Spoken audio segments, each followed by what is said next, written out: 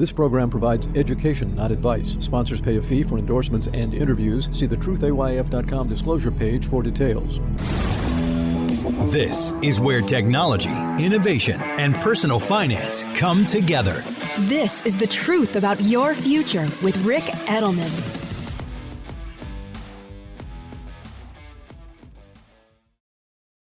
Support for The Truth About Your Future with Rick Edelman comes from Invesco QQQ.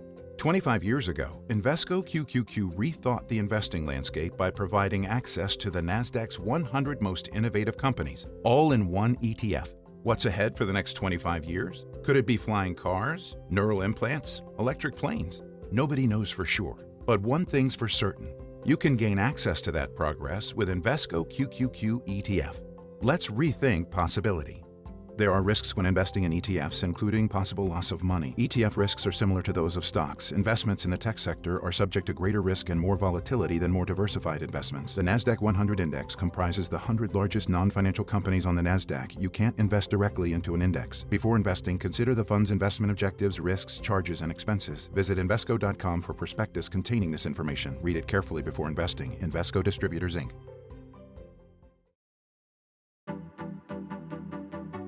It's Thursday, December 19th. Got a question from Pepe. He's in Portland, Oregon. Investing in Bitcoin is riskier than stocks, so should I hold it in my taxable account or my IRA? Well, Pepe, this is a great question, but it isn't a Bitcoin-specific question. This is a question that is faced by every investor. Should you own whatever it is you're going to own in your taxable account or in your IRA account? Some folks don't have a choice. The only investments they have are tax-deferred investments, such as your 401k at work or your 403b or thrift savings account or what have you, or your IRA. But for those of us who do have assets in both places, you do have a choice. Should you put that given investment inside your IRA or inside your taxable account? Bitcoin, you're right, it's a riskier asset, but that's not really the point here. The real point here is that Bitcoin doesn't pay dividends or interest, meaning Bitcoin is kind of like a growth stock. They don't pay dividends or interest either. So you could argue, therefore, that a growth stock or a crypto investment, any investment, could be raw land, could be baseball cards or comic books or rare stamps or artwork, any investment that doesn't pay income, doesn't distribute dividends or interest, is itself a tax-deferred investment, right? Because you don't pay taxes on the profits.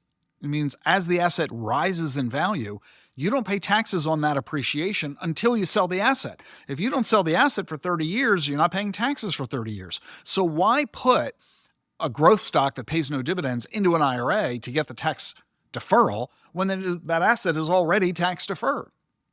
On the other hand, bonds that pay interest, or bank CDs that pay interest, or stocks that pay dividends, or real estate that generates rental income, an asset that generates cash flows, which are ordinarily taxable each year, those kinds of assets make perfect sense for an IRA because the IRA shelters that income from annual taxation.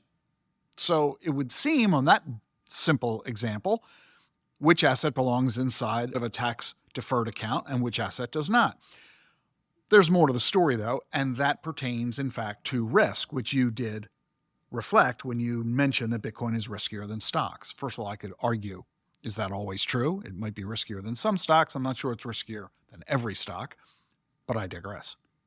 The point is this. If you own an asset inside of an IRA and that asset loses money, you can't deduct the loss.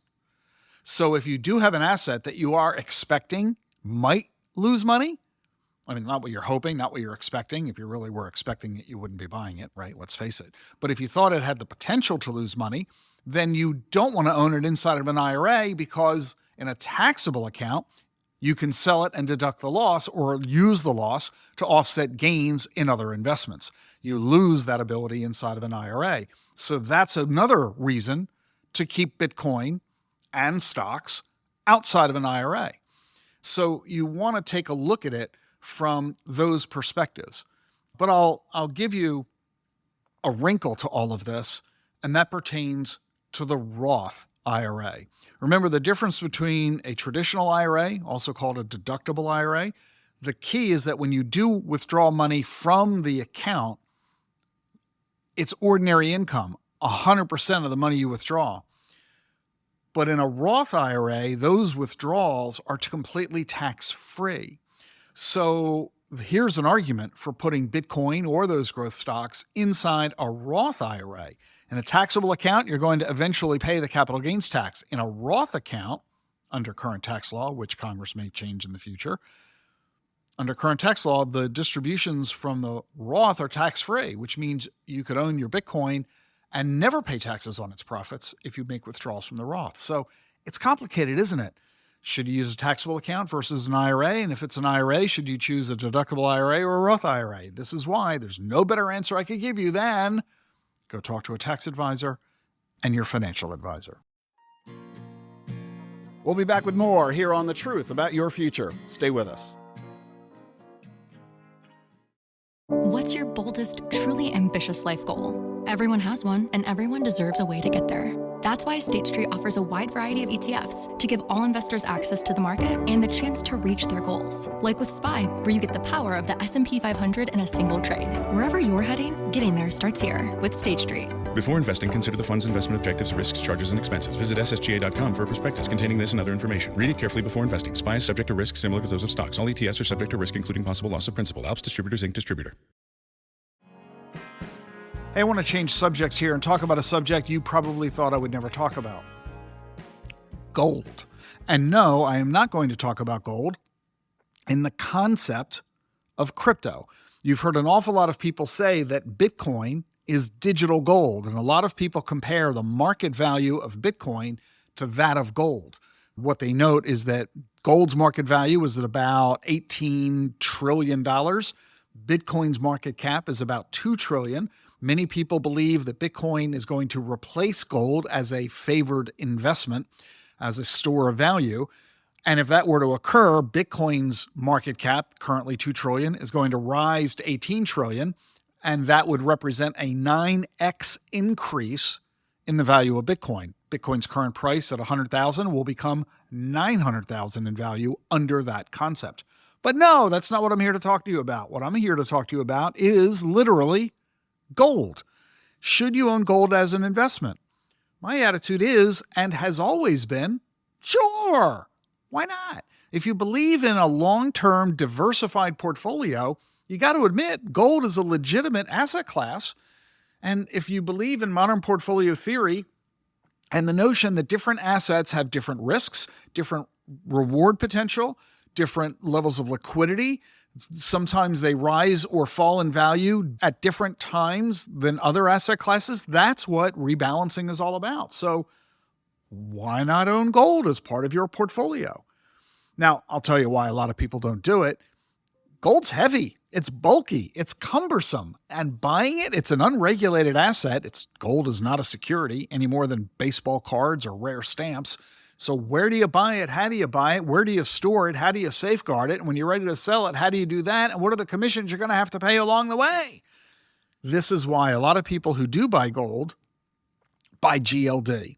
GLD is the ticker symbol for the Spider Gold Shares ETF. This is an ETF launched by State Street Global Advisors, SSGA. State Street, one of my sponsors, is one of the largest asset managers in the world, over $4 trillion in assets under management.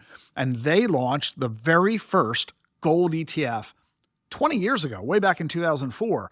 The Spider Gold ETF was the very first gold ETF brought onto the market. And it was so astonishing that in just 3 days, investors threw $1 billion at this ETF. Another 7 days later, the fund held $2 billion. And now GLD has $74 billion in assets under management. In fact, there are now a lot of copycat ETFs that invest in gold, but GLD has 60% of all the assets that are in all of these gold ETFs. In fact, it's twice as big as the second biggest gold fund. Shows you the value of being first in the marketplace. Where does State Street store the gold? The same place the government does. The gold bars are in vaults in London and New York. So why? Why do so many people express so much interest in owning gold? Well, I mean, gold has been a store of value for 5,000 years. Almost half of all gold that people buy is for jewelry. You get to wear it. You can't wear your mutual fund shares, can you? So you get to enjoy your gold. 28% buy it strictly as an investment. They buy gold coins, or they buy small bars, or they buy shares of ETFs like GLD. The governments, they buy a lot of gold. 17% of all the gold in the world is bought by central banks to use as reserves. The United States has a massive gold reserve, of course, Fort Knox. The remaining 8%, it's used by industry and technology. There's gold in an awful lot of products you're not aware of. Gold, by the way, there's a bunch of it in your smartphone. Gold has excellent conductivity. It's resistant to corrosion. It's malleable, and you can't make it disappear other than throwing it away. It doesn't go away. All the gold that has ever been mined in the world still exists today. And that's what some people argue is a negative side of gold. The supply constantly increases because it's not like corn. You never use it up and have to go plant more to get more. Whatever gold they dug out of the ground last year will be there next year. 5,000 years ago, the Chinese used gold to treat smallpox and skin ulcers. Today, the medical community still uses gold. It's used to treat arthritis. It's used in stents and cardiac surgery. Gold nanoparticles are used to deliver chemotherapies. Gold is used, of course, in dentistry.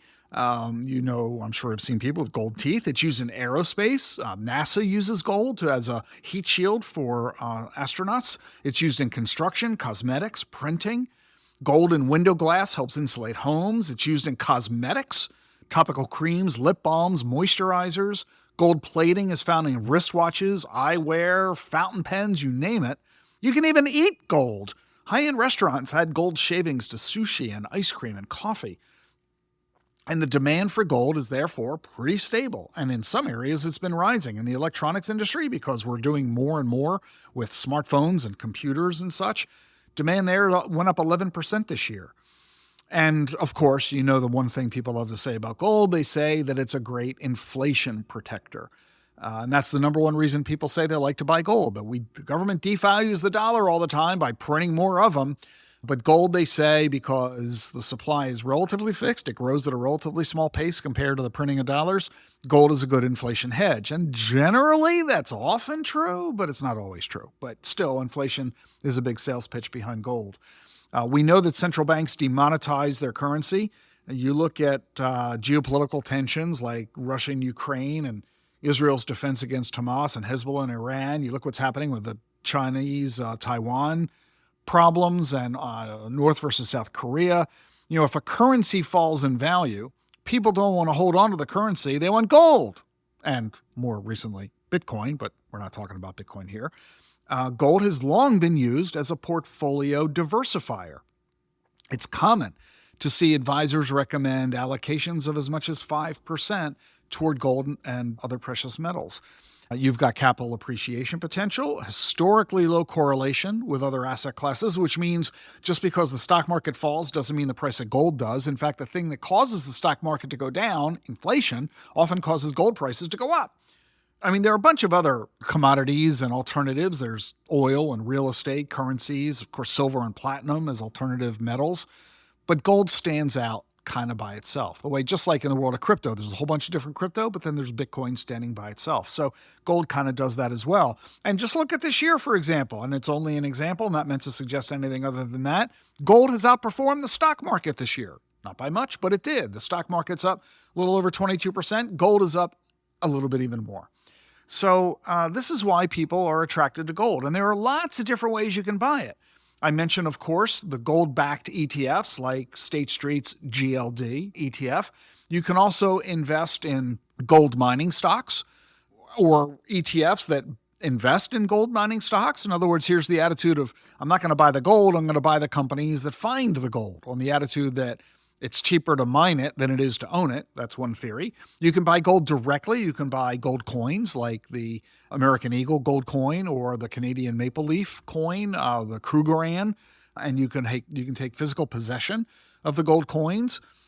Even Costco has been selling gold coins lately. But when you buy gold coins, you've got two issues. Number one, the commissions, the fees. How much are you going to pay to buy it?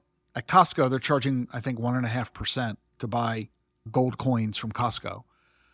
But here's the thing. When you go to sell it, you're going to pay that commission all over again. And oh, by the way, all the people that have been buying gold from Costco, guess what they aren't really paying attention to? Costco will not buy it back. So even though Costco makes it really convenient and simple and easy to buy the gold, you're on your own if you ever want to go sell it. And who are you going to sell it to? And how do you know you're getting a fair price? And what's the commission you're going to have to pay when you do go to sell your gold? So one is fees and commissions. Second, the safekeeping. Where are you going to keep your gold? You got to keep it safe. You got to make sure you don't lose it. You got to make sure it's never stolen.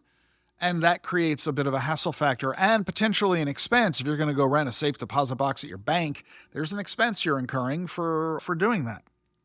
So gold bars, gold coins, and oh, by the way, it's a relatively illiquid asset. What are you going to do? Walk up to the supermarket one day because there's been a banking crisis in America and you need to buy bread? Good luck using a gold coin to buy bread.